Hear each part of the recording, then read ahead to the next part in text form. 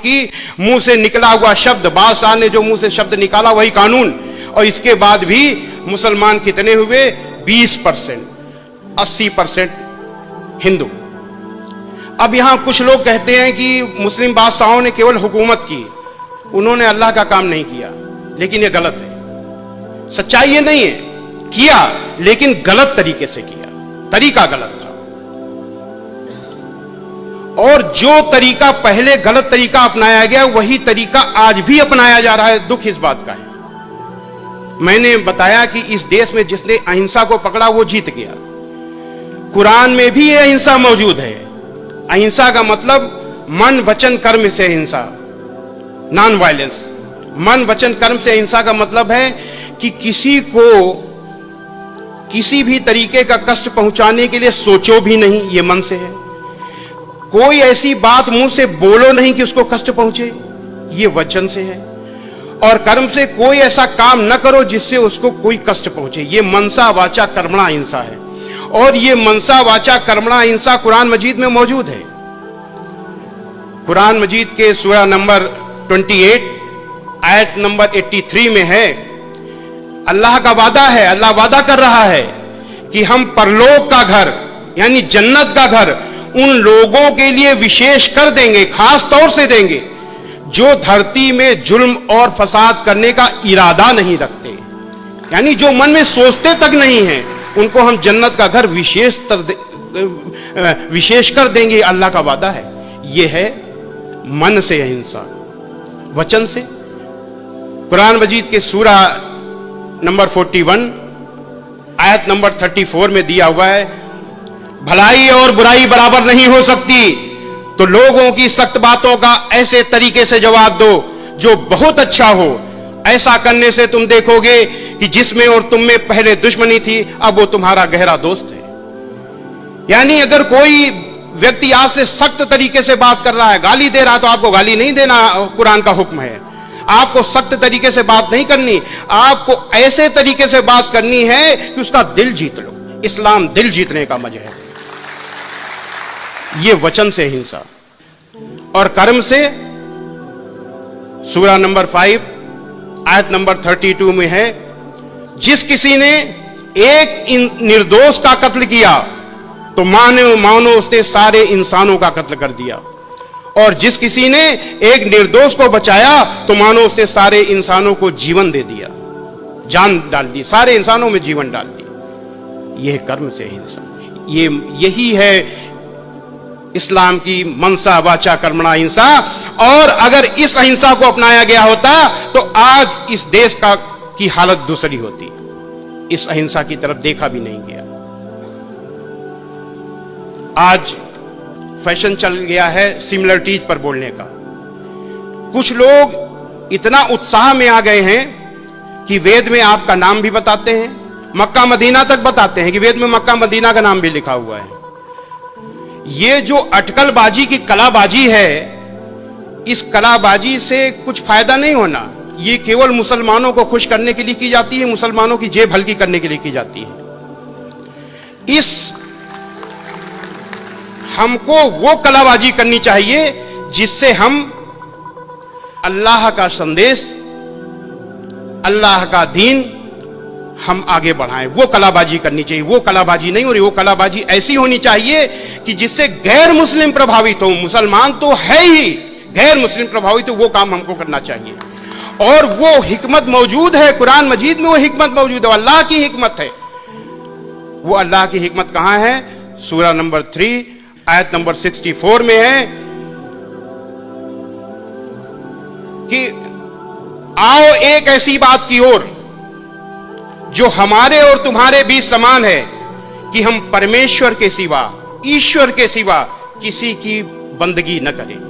यह अल्लाह की हुकूमत है। इस प्लेटफार्म को अगर पकड़ा गया होता तो हम कब का कामयाब हो चुके होते, लेकिन हमने इसको नहीं पकड़ा। इस्लाम की बुनियाद है ला इलाहा इल्लल्लाह, परमेश्वर के सिवा कोई पूज्य नहीं है। और यही बुनियाद सनातन वैदिक धर्म की है। संसार के सबसे पुराने ईश ग्रंथ ऋग्वेद के मंडल 1 सूक्त 7 का 10वां मंत्र है, इंद्रम वो विश्व तस्परि हवा महे जनेभ्या अस्माकम अस्तु केवलः।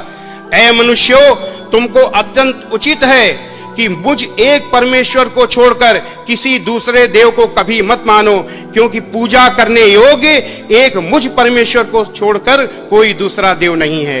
श्रीमद् भगवद गीता में है, मत्तः परतरम नान्यत किंचित अस्ति धनंजय। पूजा करने योग्य मुझ परमेश्वर से के अलावा कोई परमेश्वर नहीं। ये है इस्लाम की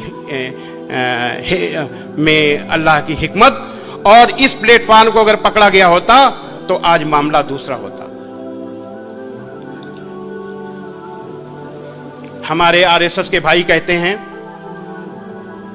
विश्व हिंदू परिषद के लोग भी कहते हैं कि इस देश में रहने वाला हर व्यक्ति, हर इंसान हिंदू है, लेकिन इसकी कोई दलील नहीं है। यह भी अटकलबाजी है, मनमानी अटकलबाजी है, जो चाहा सो बोल दिया। क्या दलील है इसकी भाई कि इस देश में रहने वाला हर व्यक्ति हिंदू है? लेकिन इस बात की दलील है कि एक ईश्वर की पूजा करने वाला हर हिंदू मुसलमान है।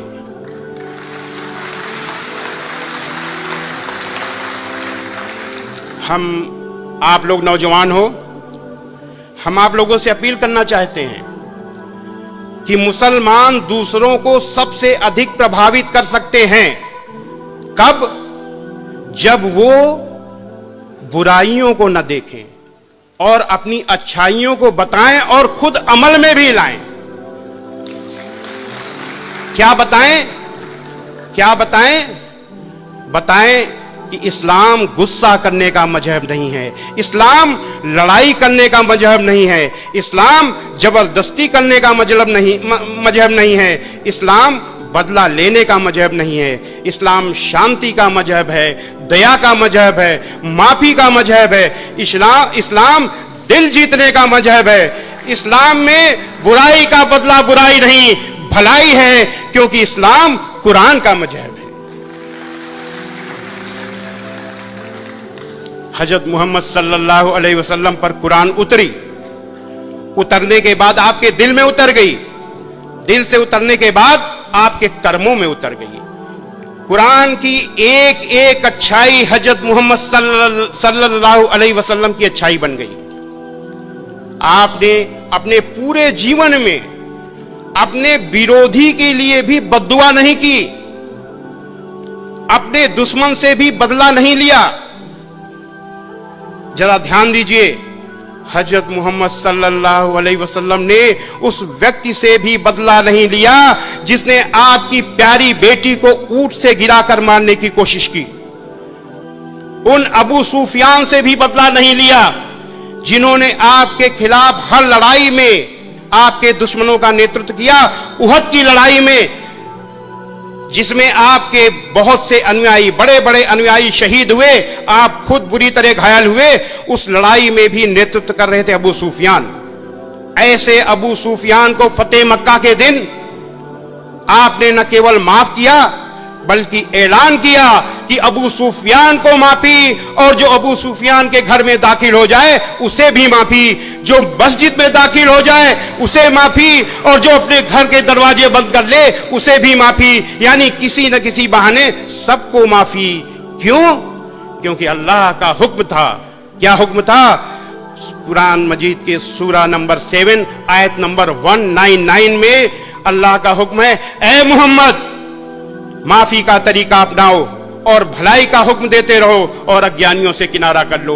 हजरत मोहम्मद सल्लल्लाहु अलैहि वसल्लम ने तो माफी का तरीका अपना लिया, लेकिन आपके अनुयायियों ने उस तरीके को नहीं अपनाया। मुसलमानों ने किसको अपनाया? गुस्सा, गुस्सा और गुस्सा, बदला, बदला और बदला। कितने बड़े दुख की बात है, जिन हजरत मोहम्मद सल्लल्लाहु अलैहि वसल्लम के लिए लाखों लाखों करोड़ों लोग अपनी जान न्यौछावर करने के लिए तैयार हैं, अपनी जान देने के लिए तैयार है, खुशी खुशी उन्हीं हजरत मोहम्मद सल्लल्लाहु अलैहि वसल्लम के तरीके को अपनाने के लिए तैयार नहीं है।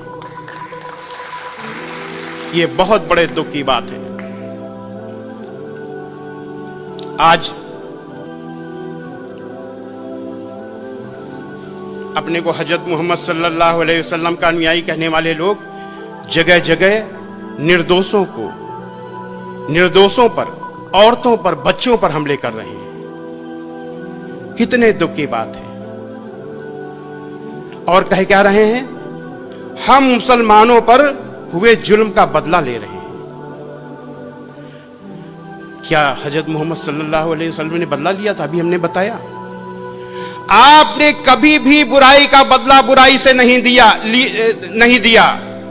आपने बुराई का बदला अच्छाई से दिया। यहां पर मुझे एक बुढ़िया माई की कहानी याद आ रही है। एक बुढ़िया माई उस रास्ते पर रहती थी जिस रास्ते पर आप से रोज निकलते थे। वो गैर मुस्लिम थी, आपसे इतना चिढ़ती थी कि आप जब निकले आपके ऊपर कूड़ा फेंक दे।